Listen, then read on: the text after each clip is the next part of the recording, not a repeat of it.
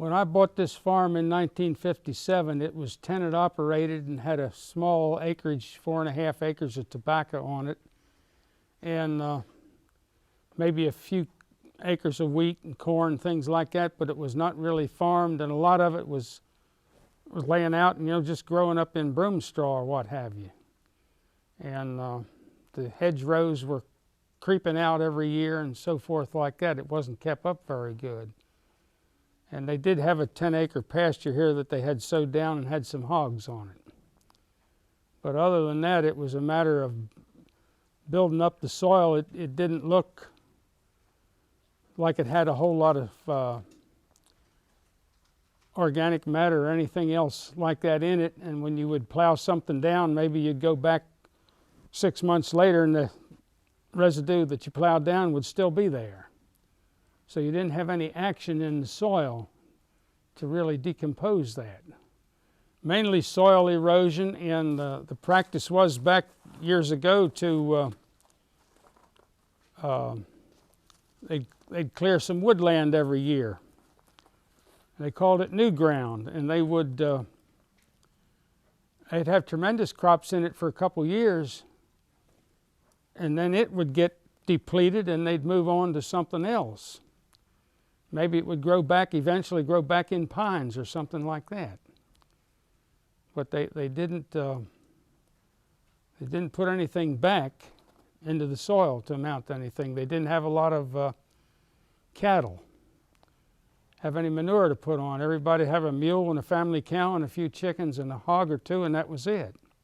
Well, the tobacco was the main crop, and after that they would probably sow wheat on the tobacco land, and eventually they got where they would sow fescue on that after the wheat. But the land was, and the practice was to turn it up, plow it up in the fall, and leave it lay bare all winter. And that was not only tobacco land, but corn land as well, gardens, what have you. So there was never anything, no protection on the top of the soil. They didn't grow a whole lot of cotton in this area, to my knowledge, but I think the procedure was the same. It was a soil unfriendly crop. And there was no cover crops or manure or anything put back on the land, so it would deplete the soil pretty rapidly. Well, the first benefit, the main reason I went to no-till was because of time. I was getting more to do every year and there was less time to do it. And you get pushed up, so when you started to plant no-till, you could do away with all the tillage and everything and get it planted more timely. And eventually then you'd see the benefits. You'd save fuel, you save time and things like that, but you see the benefits in the soil. And mainly at first, we didn't plant cover crops. If you'd cut the corn for silage, you'd have the corn stubble and you'd have winter weeds growing up in it, and you'd haul manure on that, so your land was actually covered.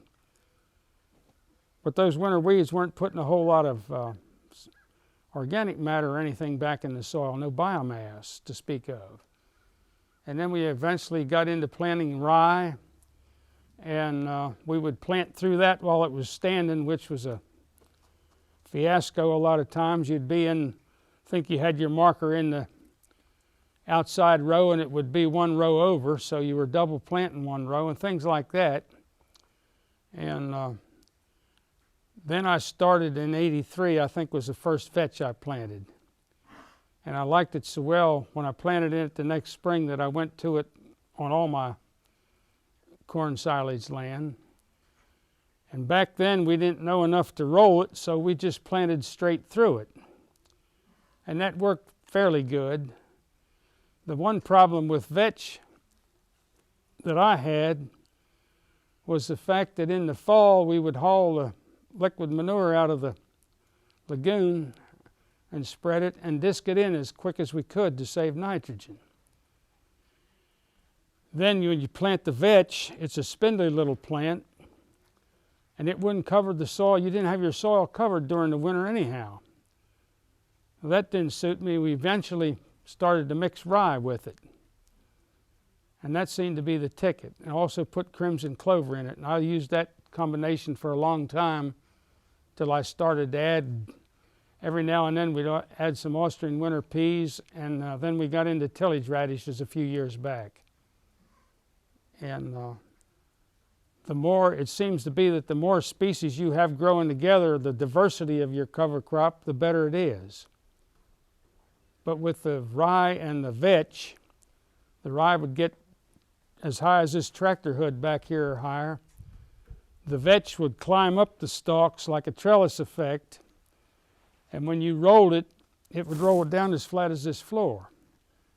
We decided, with the help of a district conservationist who gave me a lot of help, John Timmons, that we should cut down on this fertilizer and see what it would do. We planted some test plots where we cut it down to half, a fourth, and some of them with none in it. The one that we didn't have any nitrogen on, we took a tissue sample and sent it off, and there was nothing lacking in it. So I decided if I didn't need it, why buy it? I haven't used any nitrogen on my corn since 1996. A few years later, I always put 100 pound of 1846O or DAP on it, and the DAP was supposed to be a starter fertilizer, and I noticed when you're going along planting and the chain happened to jump off the fertilizer drive cog and you weren't putting any fertilizer out, that you couldn't see any difference where it had been put and where it hadn't. So I finally discontinued that, and the same with atrazine and Princep.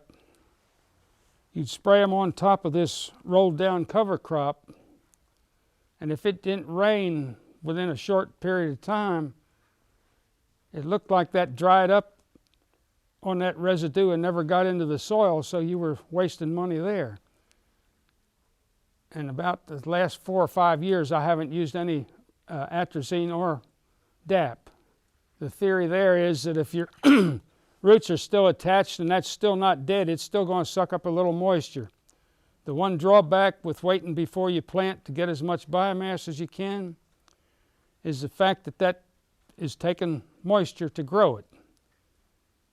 And if it follows through with a drought year, it can cut your yield down a little bit.